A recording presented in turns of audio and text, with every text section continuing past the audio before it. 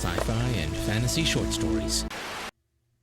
The Tachyon Solution by Greg Tulonen. The dead guy would not stop knocking. The cadence and profitability of my workday is entirely dependent upon people knocking on my door, and there are some days in which nobody knocks. So any knock at all should be, by any possible measure, a positive development. But on this particular day, I was nursing a sour hangover after a night of revelry celebrating my, at last, finalized divorce, which I was attempting to sleep off. The hangover, I mean, not the divorce. Well, maybe both.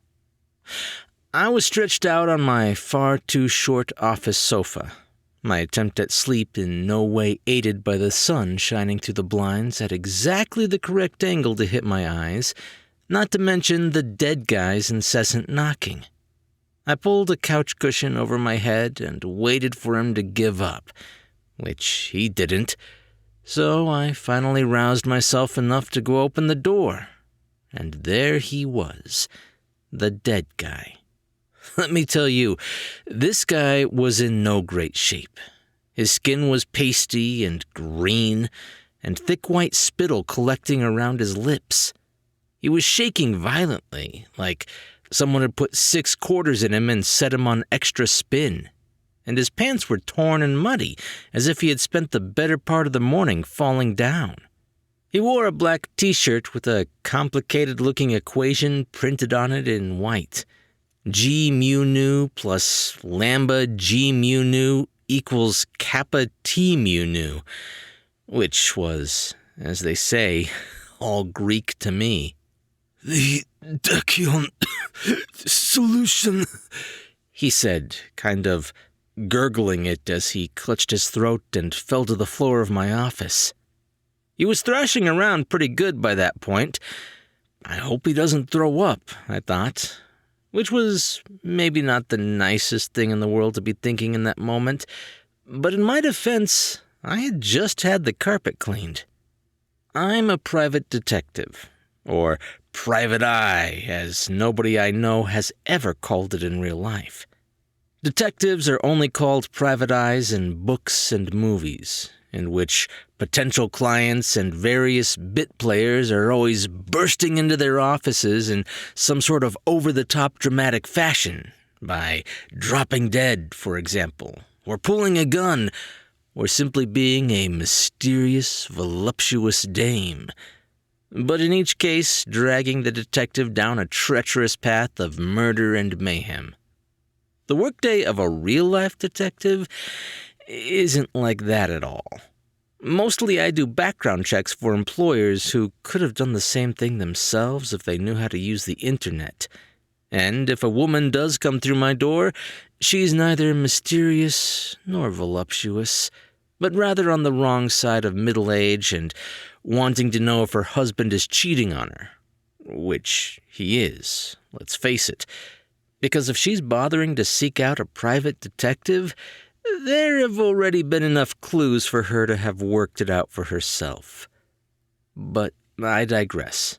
The point is, dramatic entrances are not a thing in real-life private detectives' offices.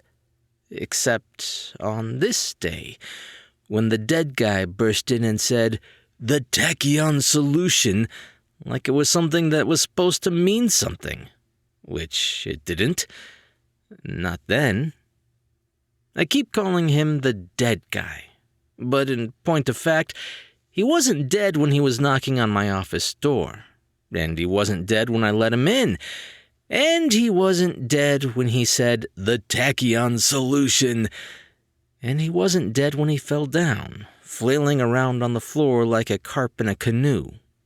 And he wasn't dead when he stopped flailing, looked me straight in the eye, and said, "You have to get to my house. Promise me you'll go to my house." "Sure thing, champ," I said. "Whatever you say." "Promise me." "I promise," I said. And right after that, he was dead. I went through his pockets and came up with a phone and a wallet. The phone was locked, and it briefly occurred to me that I could maybe unlock it by holding it up to the dead guy's face. But I wanted to do that about as much as I wanted to take tango lessons with my mother down at the senior center, which was something she'd been bugging me to do, but which I had no interest in doing, much like I had no interest in using a corpse's face to unlock a phone. So I turned my attention to the wallet. He had $737 in cash. Must be nice, I thought. And his driver's license and credit cards indicated that his name was Braxton Kairos. So I figured his name was probably Braxton Kairos. Listen, I didn't get my detective's license out of a box of Cracker Jacks, which is something you might hear a detective say in a movie, but is not really something an actual detective would say in real life. But seeing as how there was suddenly a corpse in my office, just like in the movies, I figure, what the hell? Most perplexingly, the contents of his wallet also included my business card. Riley Dillon, Private Detective. Swift, reliable, discreet. I couldn't imagine where he might have gotten it, because while I had a whole stack in my own wallet, it had been a long, long time since I had given one out to anybody.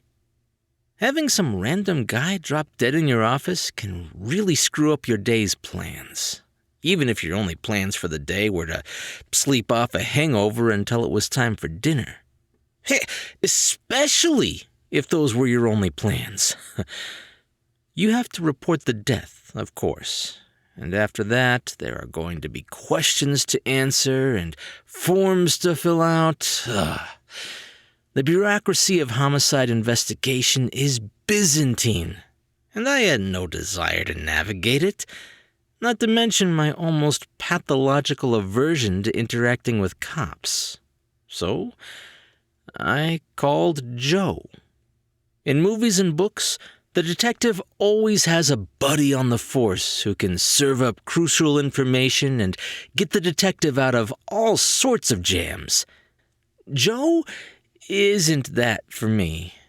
I knew her in college, and we're friends on Facebook, though we don't see each other socially, and I don't even know her wife's name. Still, you work with what you have. And Joe is the only person I know personally who's an actual cop. "Yeah?" she said when she picked up the phone.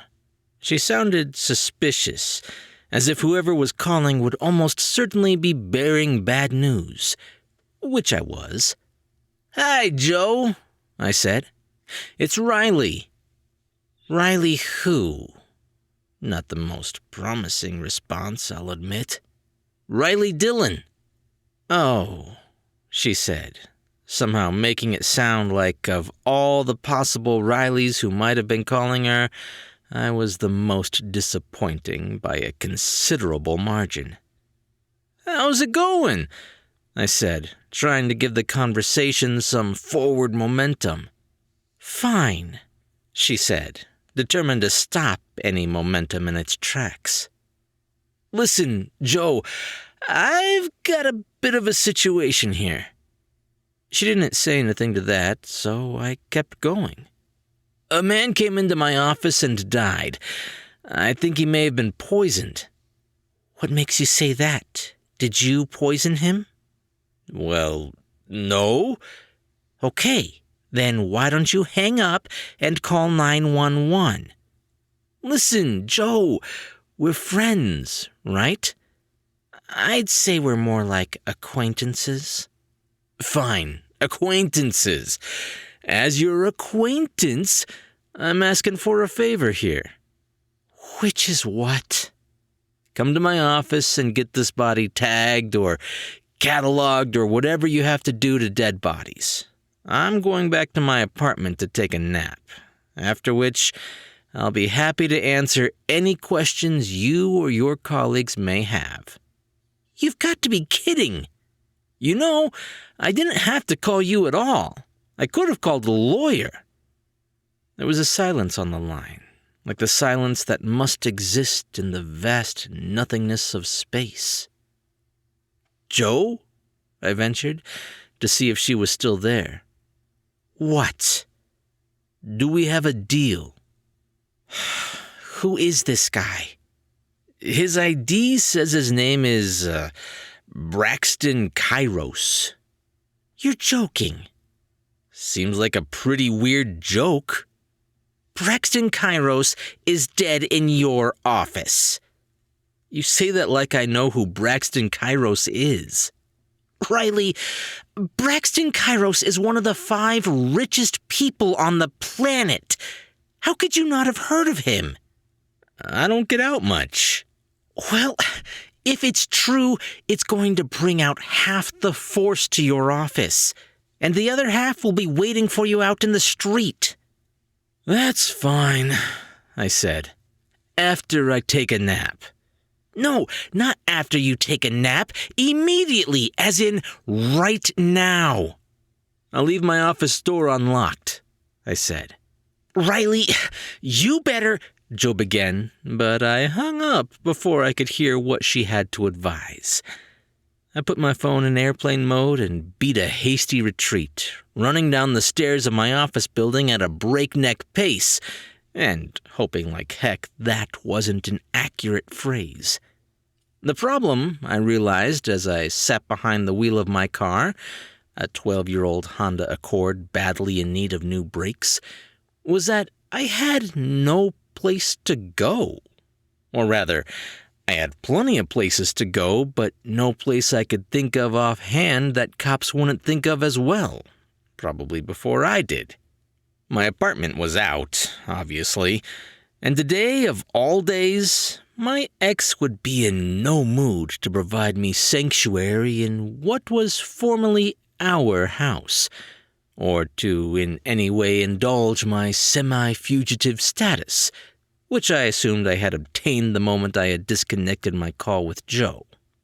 One by one, I thought of friends and acquaintances, and one by one, I thought of the reasons they would decline my request for help, curse me out, or simply hang up on me. I should work on my people skills, I said aloud to nobody in particular, which seems appropriate somehow. Braxton Kairos's phone rang, and that's when I remembered I still had Braxton Kairos's phone. I didn't answer it, and it stopped after 2 rings. The phone made me think of the wallet, so I fished the wallet out of my pocket to give it another look. His driver's license gave his address as Kairos Compound 1 in the next town over. It was as good a direction as any to head in, I supposed, which was pretty dumb when you think about it, because the cops I was trying so painstakingly to avoid would surely go to Braxton Kairos's home just as soon as they were done retrieving Braxton Kairos's body from my office. But I had made a promise to a dying man. And even if that promise was in no way legally binding, nor did I have any idea what it would actually entail, I figured I might as well at least try to make good on it. Plus, if I wasn't going to give his wallet and phone to the police, and it seemed I wasn't, I thought I should probably give it to his family. Or, if he didn't have any family, his butler. Being as rich as he supposedly was, Braxton Kairos surely had a butler. I took my phone off airplane mode, fired up Google Maps, and plugged in Braxton Kairos's address. A reassuring voice reassured me that I was 20 minutes from my destination. It turned out to be 30. The entrance to Kairos Compound 1 was on Kairos Drive, and I was beginning to suspect that maybe this Braxton Kairos fellow had a bit of an ego. There was a 15-foot gate, closed and locked, blocking the entrance, and a 12-foot-high brick wall on either side of it, stretching out in both directions. There was no little buzzer or intercom by the gate to communicate a request to enter, which seemed nuts. How does this guy get his Amazon packages, I wondered. And then decided that postal workers and other delivery people had probably all been issued little buttons in their vehicles that allowed them to open the gate. And anybody else who desired entry could apparently go hang as far as Braxton Kairos was concerned. But since Braxton Kairos would no longer be granting anyone permission to enter his property ever again, I, for reasons that now elude me, figured I should jump the gate. So that's what I did, which was far more difficult and awkward than I just made it seem. On the other side of the gate, I beheld a long white gravel driveway, thickly lined with trees on either side, leading in a precisely straight line up to an enormous mansion, as gaudy and garish as a hyperactive child's birthday cake built into the side of a gently sloping hill. My phone rang, and I cursed aloud for having forgotten to put it back in airplane mode. I glanced at the screen and saw that it was Joe, to whom I had no specific inclination to speak, so I hit decline. And a second later, I got a text from her that read, "What's your game?" A few seconds after that, another text. "Filing a false police report is a crime." The last one snagged at me enough to send a single punctuation mark in reply. Question mark? Joe replied with a photo of my office, which stood completely empty. Well, not completely empty. My desk was there, and my chairs, and my filing cabinet, and my far too short sofa. But Braxton Kairos's body was decidedly not there. "Huh," I said, and put my phone back in airplane mode. That's when 10 security guards, men and women, all identically clad in black pants and black turtlenecks, stepped casually out from behind trees all around me, all of them holding automatic weapons pointed precisely in my direction. It was very neatly done, this maneuver, simultaneous and coordinated and completely silent. None of them bothered to say anything as ridiculous as, "Freeze!" But I froze nonetheless, and seconds later, my wrists were bound behind me with a plastic zip tie, and I was being lindy-hopped up the long white driveway toward the house. At least they didn't shoot me. They searched me when we got inside the house, and when they came up with Braxton Kairos's wallet and phone, it caused no end of consternation to the head guard. At least, I assumed he was the head guard, based on his demeanor and the other guards' deference to him. He was a big man with a smooth black crew cut and a vein that throbbed in his temple. He took charge of my custody while the other guards presumably went back to their guarding, and the main thing that he wanted to know, even more than who I was or what I was doing there, was where I'd gotten Braxton Kairos's possessions. We were in a large pantry, well stocked with cans and dry goods, and I was sitting on a stool, my wrists still bound behind me, concentrating on not falling off. "I got them off Braxton Kairos's dead body," I told him. "Try again." "I'm serious. I'm sorry to have to tell you this, but your boss is dead." "I don't have a boss." "Are you the owner of this house?" He said nothing. "Because if you're not, then you have a boss. And I'm assuming your boss, or your boss's boss, or your boss's boss's boss is named Braxton Kairos. And Braxton Kairos is dead." "No, he isn't." "Listen, I'm a private detective, and Braxton Kairos died in my office about an hour ago. I think he may have been poisoned." He looked at me the way a teacher might look at a dim-witted child who had just proffered a particularly pathetic excuse to explain some missing homework. "Why are you doing this?" he asked me. What do you hope to gain? There's nothing to gain. It's just the truth. No, it isn't. Obviously. Why obviously? He rolled his eyes. Do you want to know what he said before he died? What's the point? There's no point in talking to you. You're so full of crap, it's leaking out of your mouth. He said the Tachyon Solution. Does that mean anything to you? Nope. There was an audible pop of a loudspeaker activating, and I heard a sonorous voice say, "Bring the detective to me, Courtney, right now." A startled expression flitted across the guard's face and was gone at once. He stood up and extended a hand to help me to my feet.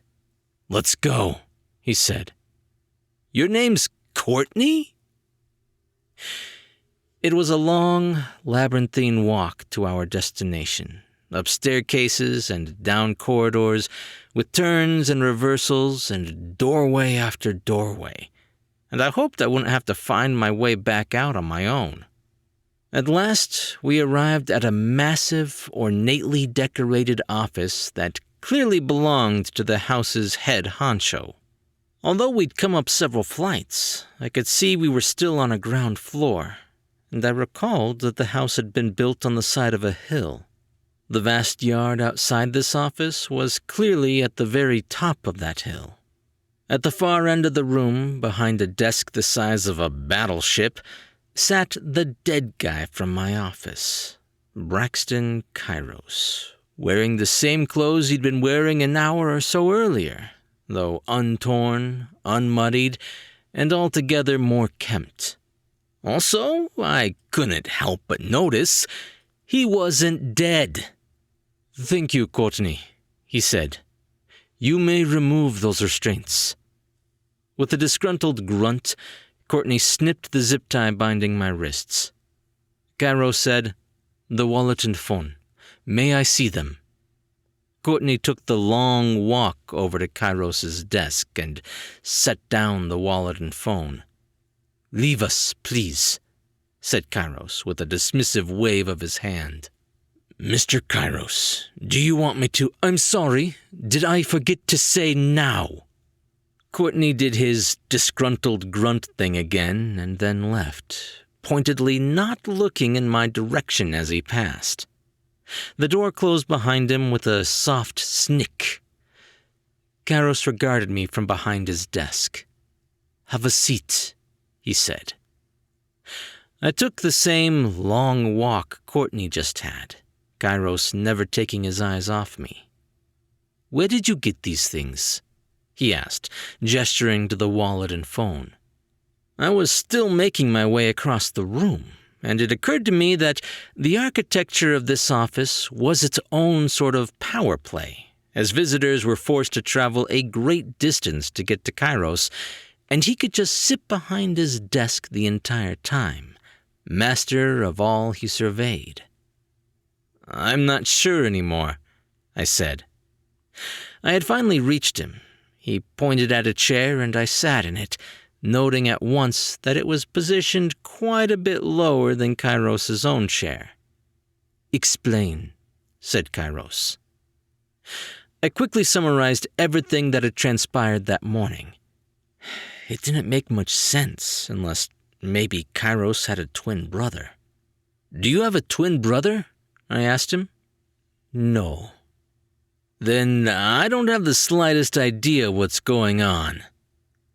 Kairos made a steeple with his forefingers and pressed them to his lips. He squinted, as if trying to work out a complicated problem, then lowered his hands to his desk.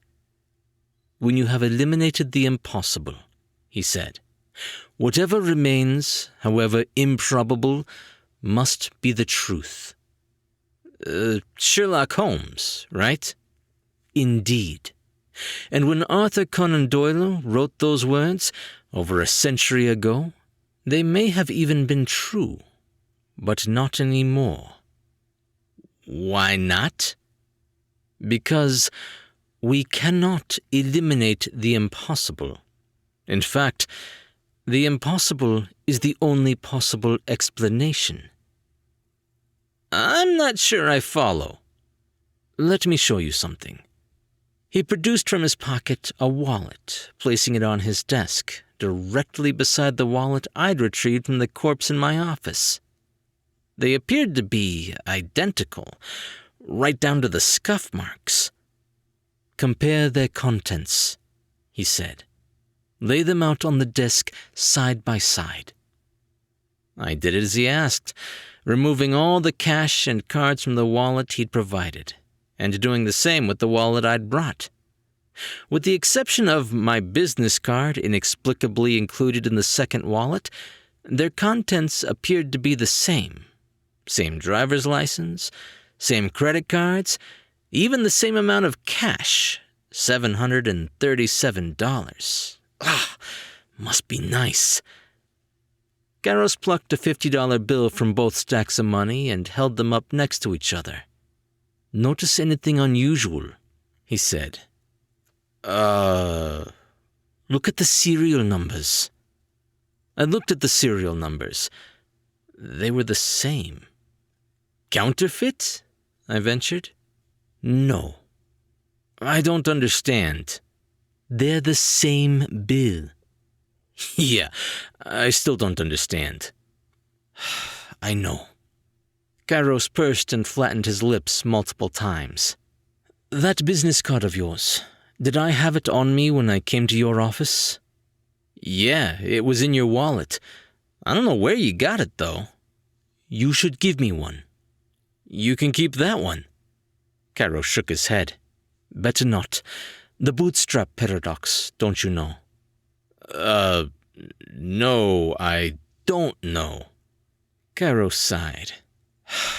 If I take the same card you found in my wallet, then where did it come from? You see? No. Just give me one of your cards that's not this one, okay? Or rather, not this one yet. Very confused, I got out my wallet, pulled a business card from the inner compartment, and handed it over to Garros.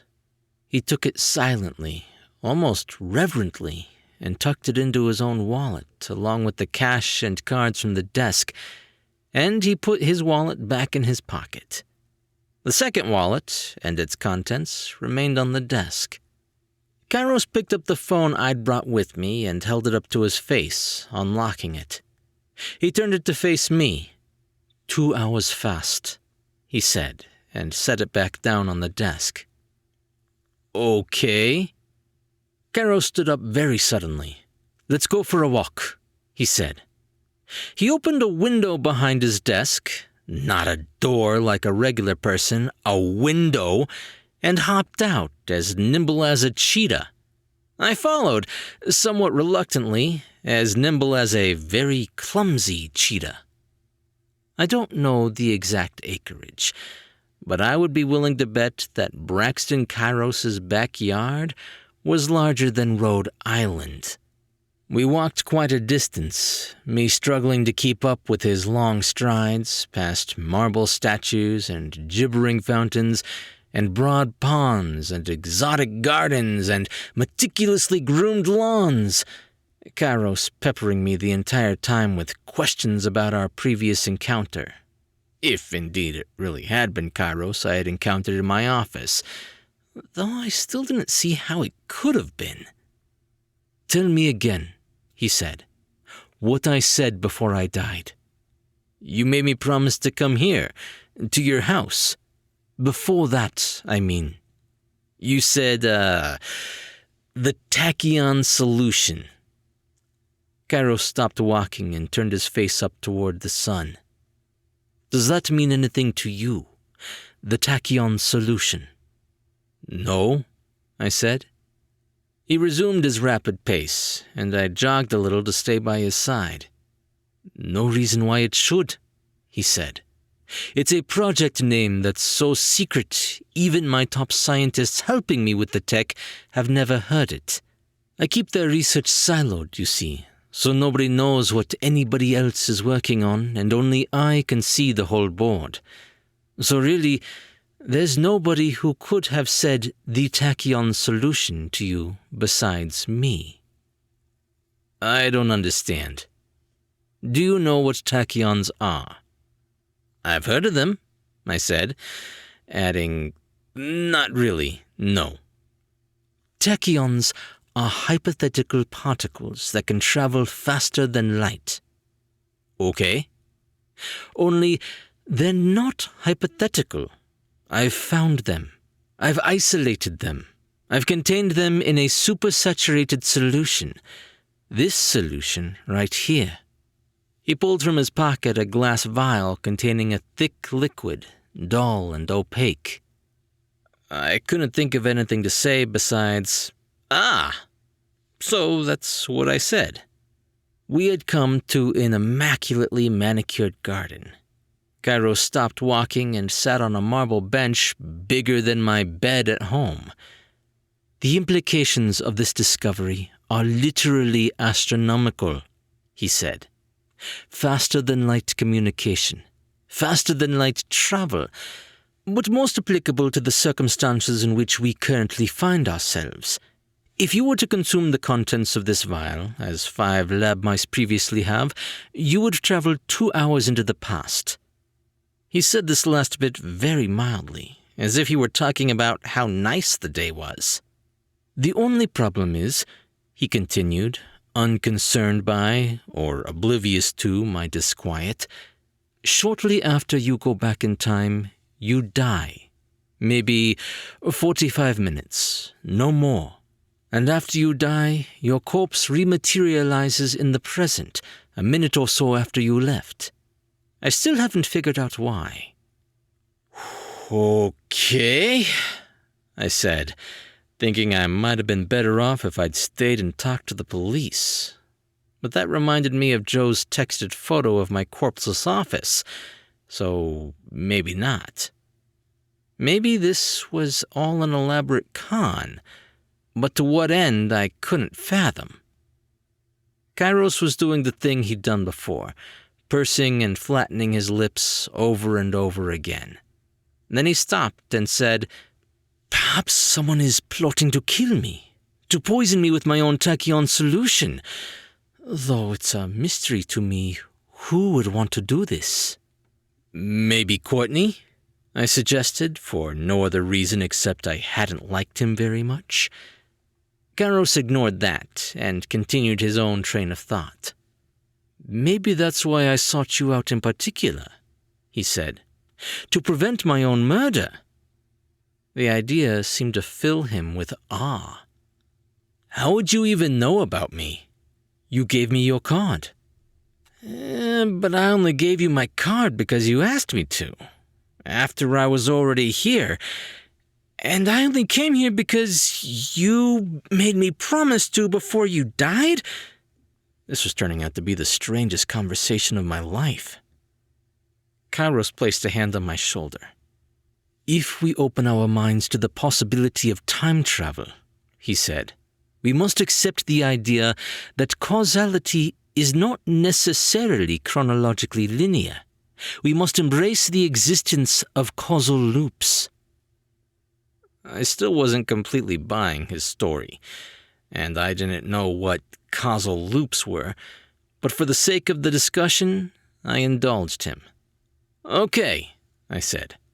"Let's say I prevent your murder, which, by the way, I have no idea how I'm supposed to do that, but let's say I do. Then by your own logic, you wouldn't go back in time. You wouldn't come to my office, and I wouldn't have any reason to come here, because before this morning, I didn't even know you existed. So who's going to stop the murder then?"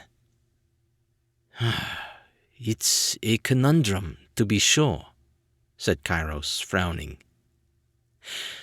That's when we heard, very faintly, a child's cry. Kairos looked up sharply and gasped. I followed his gaze and saw, across the lawn, a small girl flailing in the middle of a very large pond. Kairos was sprinting towards the pond now, and I followed him. He stopped at the water's edge, clutching his hair in both fists. I don't know how to swim," he shouted. The girl slipped beneath the surface. When I was in college, I lifeguarded for 2 semesters at a YMCA youth camp. Muscle memory kicked in, and I dove into the water fully clothed, sprint swimming to the center of the pond.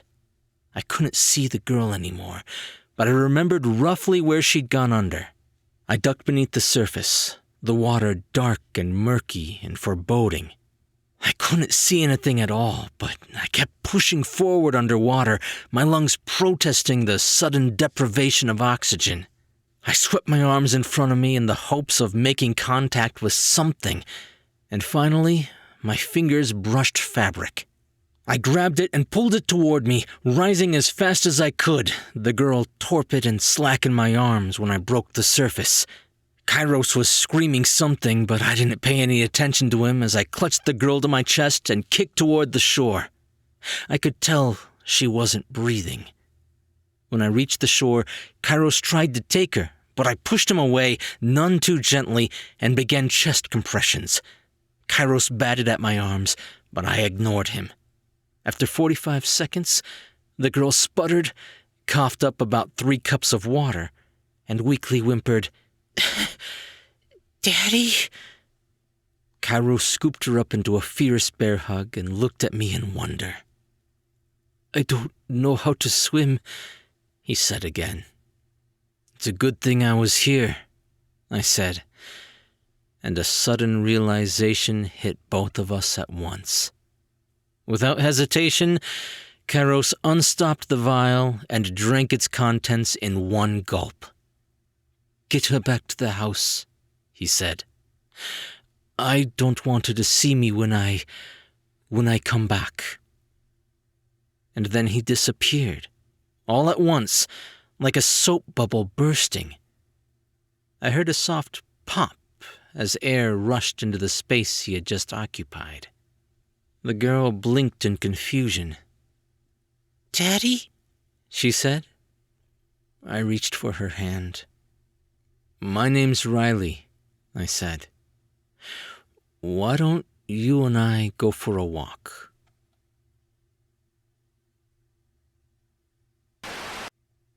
Greg Tulonen writes novels and screenplays, short stories and comic books, web series and audio dramas, and an occasional play. His projects include the award-winning supernatural web series, Rugged Isle, the acclaimed vampire graphic novel, Night is Falling, and the science fiction novel, Dr. Zivray and the Presidential Peril, which was called the most important book you will ever read by some drunk guy in a bar. You can find links to his works on his website, gregtulonen.com. Hey guys, hope you enjoyed that story. I really liked that this one was a sci-fi take on a private eye, because usually it's always fantasy. I think it's because of the Dresden Files made it popular, but I could be wrong. So it was really refreshing to get this one that was not only really well written, but actually surprised me at the ending.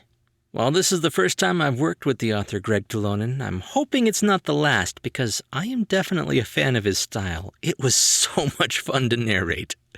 If you guys did like this story, be sure to leave a thumbs up and a comment if you're on YouTube. Or if you're listening to the podcast version, be sure to subscribe for more brand new short stories. I'm Chris Herron, and that's it for today's Tall Tale TV.